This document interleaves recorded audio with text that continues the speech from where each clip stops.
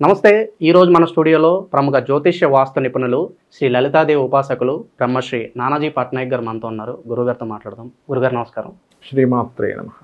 గురుగారు, శ్రీ విశ్వవాసు నామ సంవత్సరంలో కన్యా రాశికి ఈ సంవత్సరం అంతా ఎలా ఉండబోతుంది? ఆదాయం, వ్యయం, రాజపూజ్యం, అవమానం, ఇంకా అన్ని విభాగాల్లోనూ ఈ రాశి వారికి సంవత్సరం అంతా ఎలా ఉండబోతుంది గురుగారు? చాలా చక్కగా అడిగారండి.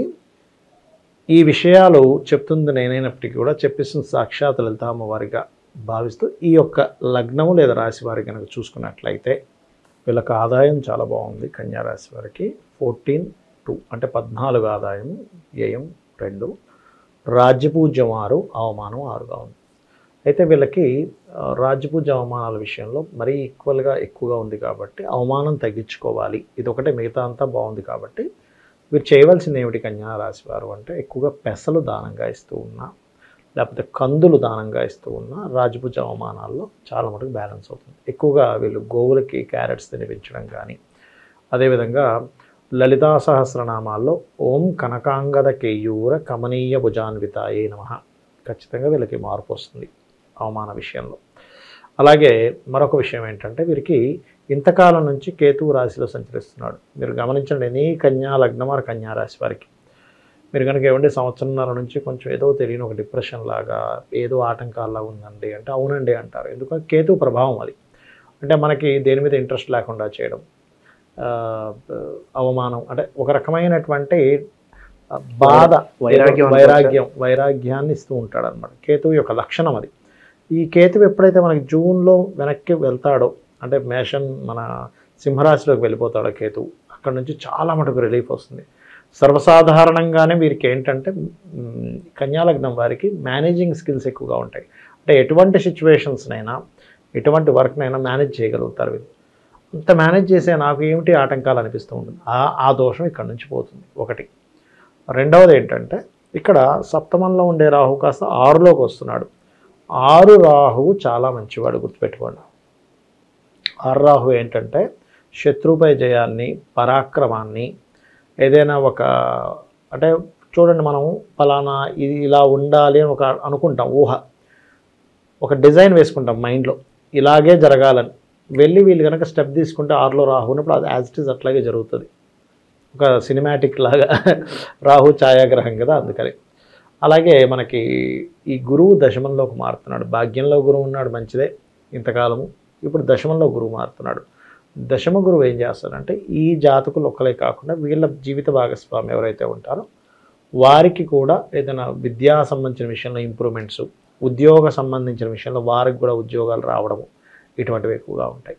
అంటే వీళ్ళతో పాటు వీళ్ళ పార్ట్నర్స్ కూడా, జీవిత భాగస్వామి కూడా. దీంతోపాటు వీళ్ళు గతంలో ఏవైతే బ్యాక్లాగ్స్ ఉన్నాయో, దశమంలో గురువు ఉన్నప్పుడు చతుర్థ భావాన్ని చూస్తాడు గురువు. చతుర్థ భావాన్ని చూస్తున్నప్పుడు ఈ సంవత్సరం మే 15 తర్వాత నుంచి ఎప్పటి నుంచో ఒక గృహం గురించి ఒక డ్రీమ్ ఉంది. ఈ గృహ సంబంధించినటువంటివి ఫ్రూట్ఫుల్ అవుతాయి, డ్రీమ్స్ ఏవైతే ఉన్నాయో. ఇది వీరికి చాలా బాగుంది. లేదా ఒక బ్యాక్లాగ్ చదువు ఉంది, చదువు సంబంధించిన విషయంలో కాస్త ముందుకు కదలడం, ఇట్లాంటివి పర్టికులర్గా ఈ రాహువు కేతువు గురువు ఇస్తున్నాడు. విదేశీ ప్రయత్నాలు గురుగారు, వీటి పరిస్థితి ఎలా? విదేశీ ప్రయత్నాలు కూడా 6వ స్థానంలో రాహు ఉండడం విదేశీ ప్రయత్నాలు సక్సెస్ ఇస్తుంది. ఎట్లాగా అక్కడికి వెళ్ళి ఉద్యోగం చేయడానికి చేసే ప్రయత్నం ఫలిస్తుంది 6లో రాహు ఉన్నప్పుడు. అయితే ఎప్పుడైనా సరే ఒకటే గుర్తుపెట్టుకోండి, విదేశాలలో మీకు ఉద్యోగం రావాలంటే మీ జన్మజాతకంలో 2-12 కాంబినేషన్ ఉండాలి. అంటే 2 అంటే ధనము, 12 అంటే విదేశం. విదేశీ ధనయోగం ఉంటేనే విదేశాలకు వెళ్ళగలుగుతారు. ఇక్కడ మళ్ళీ 2 విషయాలు ఎలా అంటే, ఒకటి విదేశాలకు వెళ్ళి జాబ్ చేయడం, లేకపోతే ఇక్కడే ఉండి విదేశీ కంపెనీస్తో చేస్తుంటారు. ఎందుకు అలా జరుగుతుంది అంటే వీళ్ళకి ఒక కాంబినేషన్, అంటే విదేశాలకు వెళ్ళే కాంబినేషన్ సపరేట్గా ఉంటూ విదేశీ ధనయోగం కూడా కలిస్తే అక్కడికి వెళ్తారు. అక్కడికి వెళ్ళలేని యోగం ఉన్నప్పుడు ఏమవుతుంది, అక్కడికి వెళ్ళకుండా ఇక్కడ నుంచి విదేశీ సంబంధించిన ప్రయత్నాలు కొనసాగుతూ ఉంటాయి.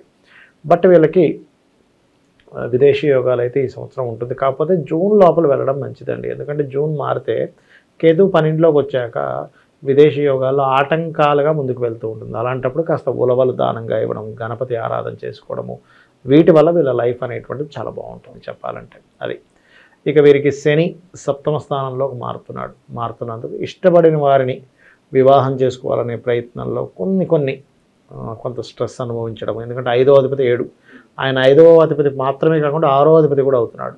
కాబట్టి ఏంటి, వాటి మూలంగా కొంతమందికి శత్రువులుగా మారడం. సో ప్రేమ వివాహాలకి కాస్త ఇబ్బంది అనుకోవచ్చు. కొంత శత్రువులు మారుతారు, అందులో కొన్ని గొడవలు అవుతాయి, కొంతవరకు వాళ్ళ ప్రయత్నం కూడా ఫలిస్తుంది అనేటువంటి చాలా స్పష్టంగా శని భగవానుడు సప్తమంలో ఉండి చూపిస్తున్నాడు. అది ఇక గురుగారు సినీ రాజకీయ ప్రముఖులకి ఈ రాశి వాళ్ళకి ఎలా ఉండబోతుంది గురుగారు? సినిమా ఫీల్డ్ వాళ్ళకి కన్యా లగ్నం వారికి చూసుకుంటే కనుక చెప్పాలంటే చాలా మటుకు బెటర్గా ఉంటుందండి. ఎందుకు అంటే మీకు ఈ గురువు దశమంలో ఉండి 2వ స్థానాన్ని చూస్తాడు, అది కూడా తులారాశిని చూస్తాడు. ఎందుకంటే వీళ్ళకి ధనస్థానం తులారాశి అవుద్ది కన్యారాశి వారికి. ఎప్పుడైతే తులని చూస్తాడో, తుల అనేటువంటిది ఏదైతే ఉందో అది కాస్త ఈ బ్యూటీ రిలేటెడ్ సంబంధించింది, క్రియేటివ్ రిలేటెడ్ సంబంధించింది, సినిమా ఫీల్డ్కి సంబంధించింది. ఇప్పుడు గురుబలం ఎట్లాగో ఉంది కాబట్టి కన్యారాశి వారికి సినిమా ఫీల్డ్ బాగానే యోగిస్తుంది. అయితే ఎప్పుడైనా సరే ఎవరికైనా సినిమా ఫీల్డ్లో రాణించాలంటే వాళ్ళ జన్మజాతకాల్లో చంద్రుడు శుక్రుడు చాలా బాగుండాలి. పంచమ స్థానం ద్వారా ధనయోగం రావాలి. కుజుడు బాగుండాలి. యాక్టింగ్ కదండి, ఒక దీన్ని పండించాలి యాక్టర్ అయితే కనుక. మళ్ళీ డైరెక్టర్కి అయితే వేరే కాంబినేషన్స్ ఉంటాయి. ఒక్కొక్క వ్యక్తి ఒక్కొక్కటి అవ్వడానికి different rules, regulations, combinations, formulas ఉంటాయి. అది వాళ్ళకు ఉంది అంటే అయిపోతుంది, పెద్ద విషయం కాదు. గురుగారు నిరుద్యోగులకు మంచి జాబ్ రావడానికి ఎంతకాలం పట్టవచ్చు అంటారు? మరి ఈ సంవత్సరం చాలా బాగుంటుందండి నిరుద్యోగులకి. ఎందుకంటే దశమంలో గురువు కదా. ఎంత మీకు లగ్నానికి బాధపడైనా గురువుకుండే మొదటి లక్షణం ఏంటంటే ఎంతో కొంత మంచి చేయడం. అంటే ఎలా అంటే ఇప్పుడు గురువుగారు ఉన్నారు స్కూల్లో టీచర్, ఆ పిల్లలందరూ వాళ్ళు ఎవరు అన్న సంబంధం లేదు, అందరికీ ఆయన టీచింగ్ చెప్తాడు. నల్లగా ఉన్నాడు నేను బాగా చెప్పాలి, తెల్లగా ఉన్నాడు నేను బాగా చెప్పాలి, ఇట్లా ఏముండదు కదా. పొట్టుకున్నాడు నేను పెద్దగా సబ్జెక్ట్ చెప్పను, పొడవున్న వ్యక్తి బాగా చెప్తా అండు. అందరికి ఒకేలాగా ఎలా చెప్తాడో ఒక గురువు అందరికీ మంచి చేసేవాడు గురుగ్రహం. మళ్ళీ పర్సనల్ చార్ట్లో మీకు ఆ గురువు పాడైతే వేరు, మళ్ళీ గురువు నీచంలో పడ్డాడు అప్పుడు గురుచండాల యోగం, అనవసరమైన వ్యసనాలకు గురవడం జరుగుతుంటుంది. కాబట్టి వీళ్ళకి ఈ సంవత్సరం ఉద్యోగ విషయాల్లో ఇంప్రూవ్మెంట్స్ ఖచ్చితంగా ఉన్నాయి. గోచారం అయితే బలం ఉంది, అందులో ఎటువంటి డౌట్ లేదు. ఈ సంవత్సరం గురుగారు కన్యారాశి వారు ఎలాంటి వ్యాపారాల్లో పెట్టుబడులు పెడితే మంచి లాభాలు గడిస్తారంటారు? ఒకటేనండి, ఎప్పుడైనా సరే కన్యా రాశి లేదా కన్యా లగ్నం వారికి వ్యాపారాన్ని ఇచ్చేటివి రెండు. ఒకటి బ్యూటీ, 2 ట్రాన్స్పోర్టింగ్, ఇట్లాంటివి. లేదు వాళ్ళ పర్సనల్ చార్ట్లో 2వ అధిపతి వెళ్ళి వేరే రకరకాల గ్రహాలతో కనెక్ట్ అయినప్పుడు మారుతూ ఉంటుంది. మార్కెటింగ్ అనో, లేకపోతే ఆయిల్ బిజినెస్ అనో, ఐరన్ బిజినెస్ అనో, టీచింగ్ బిజినెస్ అనో మారిపోతూ ఉంటుంది. వీళ్ళకి టీచింగ్ కూడా యోగిస్తుంది చెప్పాలంటే, ఎందుకంటే 2, 9 అధిపతి శుక్రుడు అయితే అందులో కూడా ఏదైనా క్రియేటివ్ రిలేటెడ్ టీచింగ్స్ ఇట్లాంటివి యోగిస్తాయి. బట్ వీళ్ళకి సర్వసాధారణంగా కన్యాలగ్నం వారికి ఏంటంటే లగ్నాధిపతి బుధుడు కాబట్టి ఎప్పుడు వ్యాపారం చేయాలనేది వీళ్ళకి లాగుతూ ఉంటుంది. ఎందుకంటే దాని సహజ గుణం కదా. అదేదో ఒక వ్యక్తికి ఏదైనా ఒక అలవాటు ఉందనుకోండి, బొమ్మలు వేసే అలవాటు ఉందనుకోండి, పెన్ పేపర్ కనిపిస్తే చాలు బొమ్మ వేస్తూ ఉంటాడు. ఆ రకంగా ఏంటంటే వాళ్ళ సహజ లక్షణం వల్ల వాళ్ళకి అటువైపు వెళ్తూ ఉంటుంది. కానీ బుధుడు కనుక బాగుండి మెయిన్గా వీళ్ళకి ఎప్పుడైనా వ్యాపారాల్లో బారాణించాలంటే చంద్రబలం ఉండాలండి కన్యాలగ్నం వారికి. చంద్రబలం ఉంది, అది ధనయోగానికి కనెక్ట్ అయింది. వీళ్ళు హోటల్ ఇండస్ట్రీ, హోటల్ ఫీల్డ్స్లోని, ట్రాన్స్పోర్ట్ ఫీల్డ్స్లో బారాణిస్తారు చంద్రబలం కనుకుంటే. చంద్రబలం లేకపోతే మళ్ళీ మనం చెప్పలేము. ఇక కెరీర్లో మంచి గ్రోత్ ఉన్నా, అలాగే వ్యాపారాల్లో మంచి లాభాలు వస్తున్నా సరే కాస్త నరఘోష, నరదిష్టి ఇవి ఉంటూ ఉంటాయి. దీని నుంచి తప్పించుకోవడానికి కన్యారాశి వారికి మంచి రెమెడీస్ అని ఉంటాయి. ఒకటేనండి, ఎప్పుడైనా ఎవరికైనా సరే నరఘోష, నరదృష్టి ఎందుకు జరుగుతుంది అంటే వాళ్ళ సూర్యుడు బలం ఉండడు. అంటే ఆత్మకారకుడు బలహీనంగా ఉన్నప్పుడు వాళ్ళకి నరఘోష, నరదృష్టి తగులుతుంది. కానీ ఎవరైనా ఉదయము సాయంత్రం దీపారాధన చేసే వారికి నరదృష్టి ఉండదు. సూర్య నమస్కారాలు చేసే వ్యక్తికి అస్సలు నరదృష్టి ఉండదు, గుర్తుపెట్టుకోండి. సూర్య నమస్కారాలు చేసే వ్యక్తికి అసలు నరదృష్టి పడనే పడదు. అలాగే నిత్యము ఆలయానికి వెళ్ళే వ్యక్తికి పడదు. ఎందుకంటే ఒక ఆరా వాళ్ళకి కనెక్ట్ అవుతుంది, ఒక ఆరా వాళ్ళకి రక్షిస్తూ ఉంటుంది. అర్థమైందండి? ఇంకా రవి ఎక్కడో పూర్తిగా పాడైపోతే మనం ఏం చేయలేం. కానీ బట్ ఇవి కనుక పాటించగలిగితే ఖచ్చితంగా బాగుంటుంది. వీళ్ళకి మొదటి 2 నెలలు కాస్త ఎక్కువ నరదృష్టి కూడా ఉంటుందండి. ఎందుకంటే ఈ పంచమాధిపతి వెళ్ళి శనిలో రాహుతో కలుస్తున్నాడు. దీనివల్ల ఏమవుతుందంటే వీళ్ళకి సప్తమంలో రాహుతో కలుస్తున్నప్పుడు సర్వసాధారణంగా సేమ్ క్యాస్ట్ కాకుండా ఇతర వాళ్ళతో లవ్లో పడి వాళ్ళతో పెళ్ళిళ్ళు అయిపోవడం ఇట్లాంటివి కూడా జరుగుతాయి మొదటి 2-3 నెలలు వీళ్ళకి.